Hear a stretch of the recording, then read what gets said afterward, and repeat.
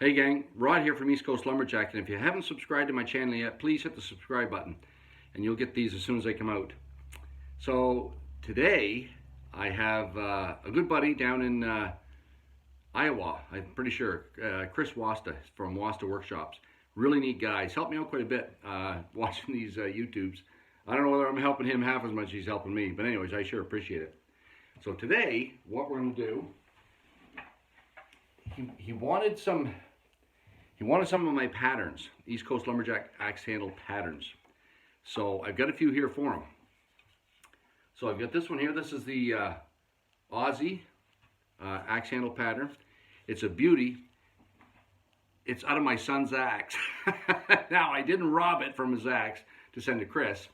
We had taken it out. I can't remember now. I think it was a little bit long. I think he likes swinging a 30-inch axe. And this one here was, yeah, straight as a die. So it's that it was a little bit long for him. So we switched that out for a 30-incher. I think it's a 31. Now I also had this one here. This is the Kiwi pattern.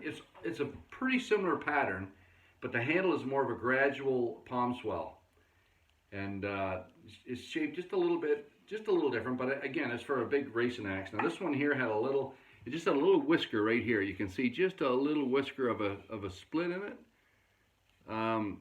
And I think it was from when I split going both ways on my axe handle wood, and that's all that's left over. Now it's still almost an inch wide. If he wraps that down a little bit, that may disappear. It may be a perfectly good handle, but of course I put, whoops, I don't know whether you can read it right or not. Do not hang, because I didn't want that going in a good axe handle or in a good axe.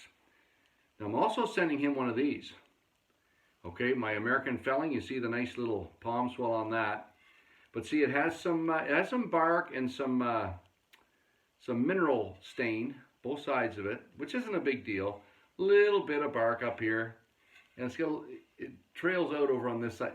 Again, small. This will fit. This is basically a good handle.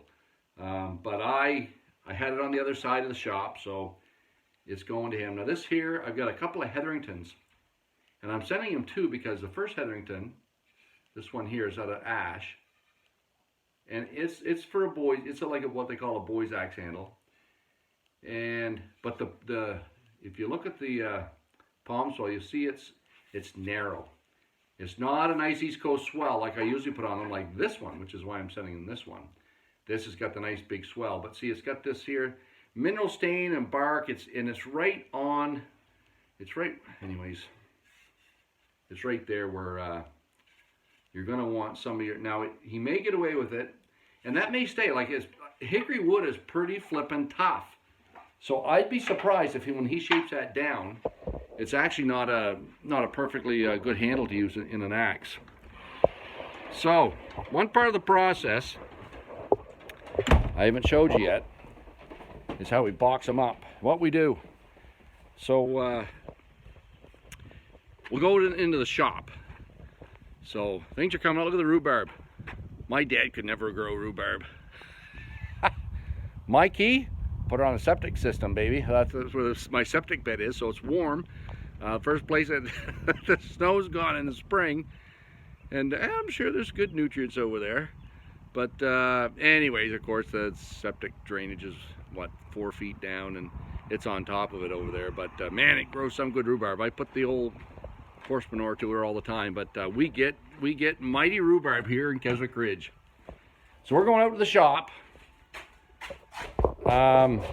Again, I make handles in both places. I finish handles in both places. I really need to move everything out here to the shop. But until then, turn some lights on. Okay, so she's up here. So you can watch the process.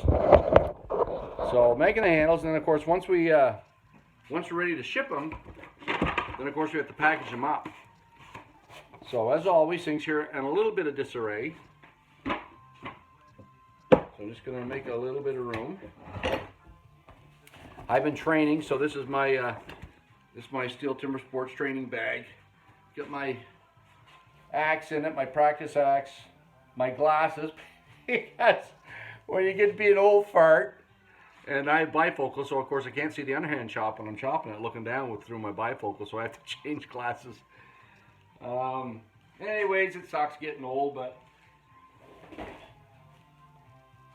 just it means nothing to me. Now I get this other thing. We have what we have. ExploreNet, paying $100 a month for ExploreNet. And then we had Bell phone service, Alliant here in New Brunswick, and that was another $100 a month. And then we had that and that. What else was there? And so I was paying a bunch of money for all this different stuff, and I said, like, this is crazy. Like, there must be a cheaper way to do this. Well, yeah, there was. So Bell Alliant called us up and said, yeah, we'll give you everything for $100. But I had to get flipping TV to go with it, and we don't want much TV. But anyways, the guys came to hook it up here a couple of weeks ago. If you get any use for this, he left this behind. I've stopped the repair trucks out here on the road and told them I've got a box of this wire. It's, what is it here? Station wire, indoor outdoor station wire. Where's it say it on here what it is? Right here. It's CAT 5E, indoor outdoor station cable. 24AWG, whatever that means. Made in Mexico. I don't know, there's got to be 200 feet of this stuff at least in here. So there's a whole box of it.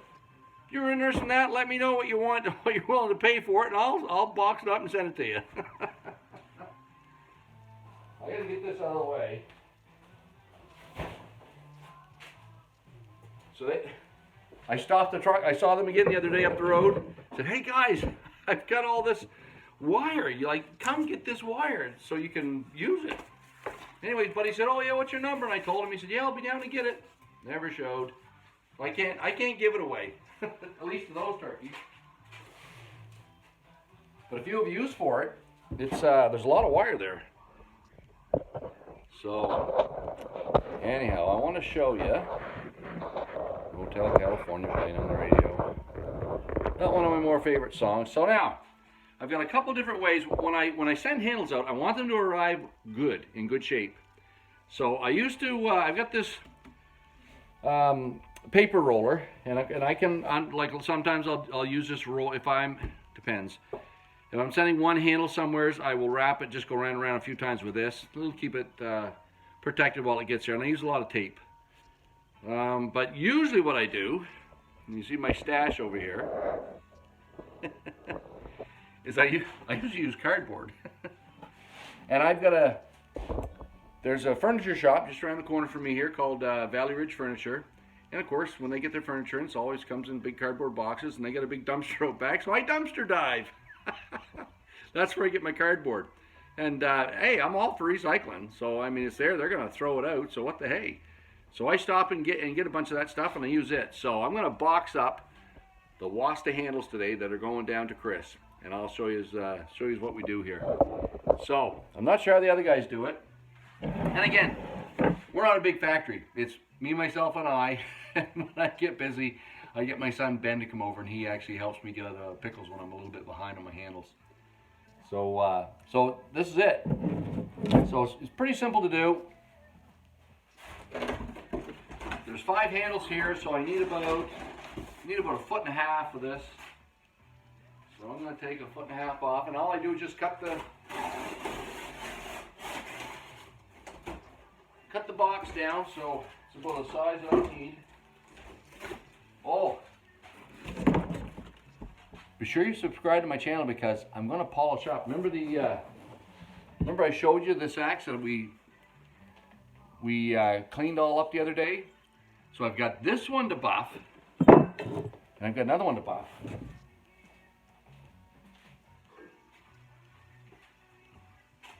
This bird here, look at the size of that sucker. So I'm going to clean it up, both of those, and then I'm going to buff them on the buffer over here. So you can see how that works. So that's going to be coming up here in the near future. And the other thing I've got to finish all these chains.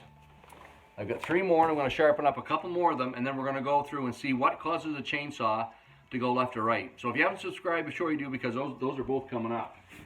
So right now what I'll do, here's, I just lay that on the bench, bring my handles in here. Because you may wonder, say, Ron, I bought some handles from you and you charged me 10 bucks for, or whatever, 30 or 40, usually it's $30 to $40 for packaging and shipping. And guys may say, what the heck's this packaging thing about? Well, I do get my cardboard. I mean, I got to run to Valley Ridge, which isn't, you know, again, it's whatever, 10 kilometers away to get to it. But really, the biggest expense is my packing tape. And then, of course, envelopes. So and my printer, because I print you off your invoice, put it in an envelope, put your name on the envelope. I put my business card on the outside, so you have my contacts for the future. And then I package it up well. So usually what you do now, when I package mine, I put them like this here. I put a palm swell on one end, and then I'll switch it and put my other palm swell on the other end. Okay. So by doing it this way, you can pack them in tighter. Because the bigger your package, at Canada Post, they measure your package, and of course, the larger your package, the more you pay. So I usually do it this way because it makes it a little bit. It's the smallest package I can get. So I stack them like this. Now, there's a little gap here. You say, what are you doing that for? Well, because I always send wedges with my handles. So I usually make these, I don't know, I turn out about 50 wedges at a time down on the bandsaw. And there's a really good video here on my channel if you want to see how to make a wedge. It's actually one of my more popular videos, YouTube videos. So there's 4. So I'm going to put 5 in for Chris. That one there. So then what I'll do is I need an edge on this end. So I use the back end of my X-Acto knife. And I'm going to scar along the cardboard and make this one, the first piece I turn up, the same height as my handles. So I go in there about 2 inches, and I'll score it.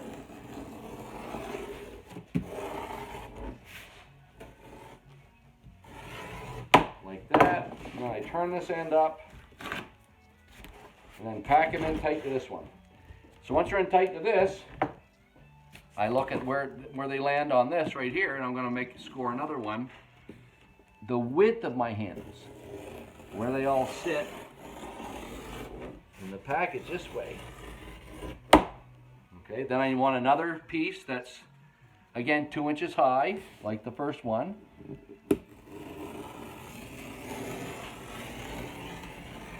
So it's there. Now, the only thing is that other bend. Well, it might be all right. We'll see. It's going to be perfect, I think. It is, right like that. Okay, so it's going to fit really nice. So I just roll it over until it's all nice and square and snug. This one is a little... There we go. So make her nice and snug, and I'll cut off this last one.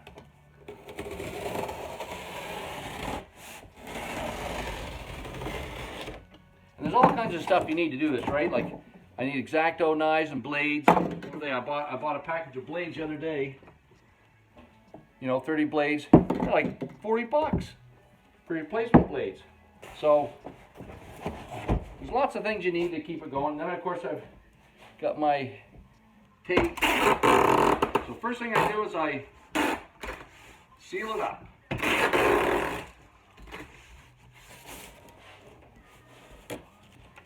Now, you guys that unbox this, if I'm overkill, let me know. But again, from my perspective, I want to make sure it arrives there in good shape.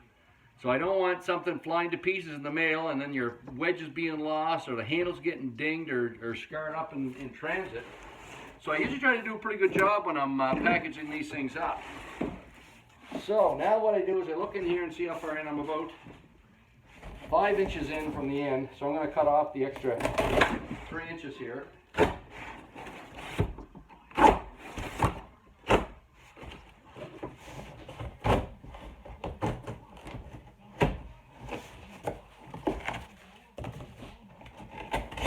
And then I just cut my tabs into the 4 corners here, like that, and I'm going to fold them in. Okay, I'll try to do it this way here so you can take a look at it. I'm going to fold this one in,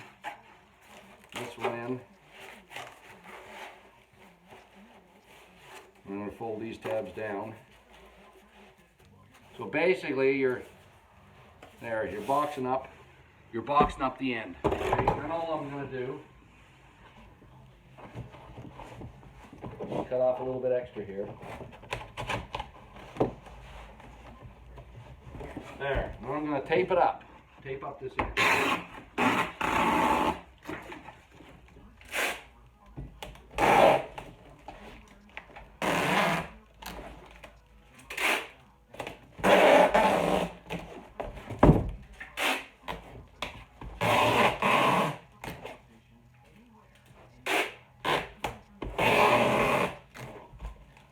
Okay. So.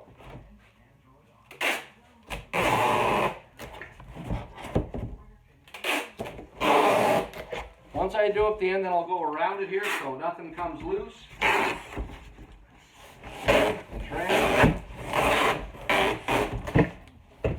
There. So that end's good and secure, okay? Now the next thing I do, before I box up the other end, is I want to seal this, right where that seam is. Okay, so there's a little bit of a gap there now, so I'll put a piece of tape down one flap, piece of tape down the other side, and then I join them with the piece of tape down the middle. Okay, and I'll just push that really tight, fold it over. So that piece there, the seam can't come undone.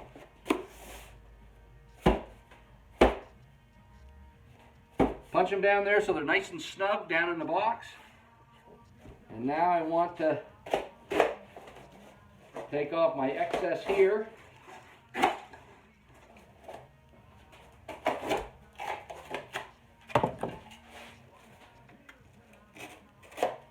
Same thing, I'll cut my tabs so I've got something to seal this end with. There, and then I'll send you the same thing here.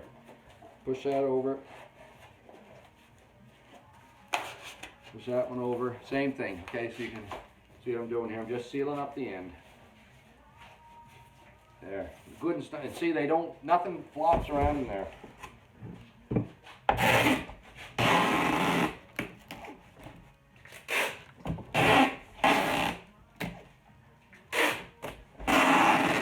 So a couple of things, let me know, you guys that have opened these before, is it overkill or not? I don't know how else to do it less than that because I don't think it'll hold together. So, seal both ends as good as I can so nothing comes out.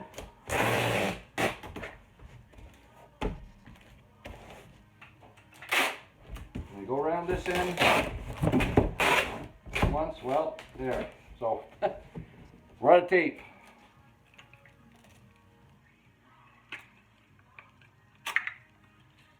Okay, so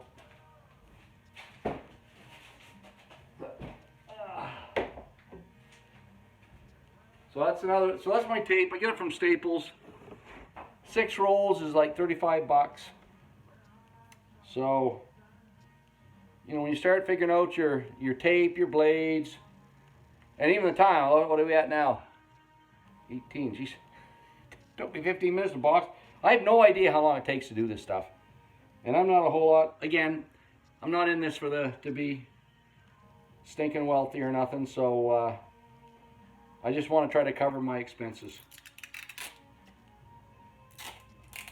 So there's the next roll, ready to roll. Ready to roll, pun intended. There. So then I'll take 2 places because again I've only just tagged this together. So now I want to go around the whole box twice. So I go halfway between my middle tape and now make sure it overlaps on that seam. So there's one, there's the other.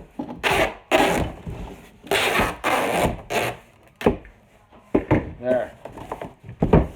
So now we're ready to go back in, put the envelope on with your invoice. Now what I do is I typically email the instructions on how to troubleshoot a handle, how to hang and handle. There's a lot of good information in that. I usually email that now because I have everybody's email when I get their order. So saves me printing a whole pile more, you know, and killing more trees. Not that I'm opposed to knocking a tree down, but what the hey, if I can just send it and you have it there electronically, all the better. So that's it. That's what happens out here in the shop, to package them up and ship them out. So stay tuned for the next one. Again, subscribe if you haven't subscribed yet. There's some other good stuff coming up. We're going to get into that. We're going back to all the brand new chains that the East Coast got, and we're going to have them all filed up differently. Rakers a little bit lower on some and higher on the others, to find out what causes your chain. And it's widely debated on the internet, on YouTube, everywhere. What causes it?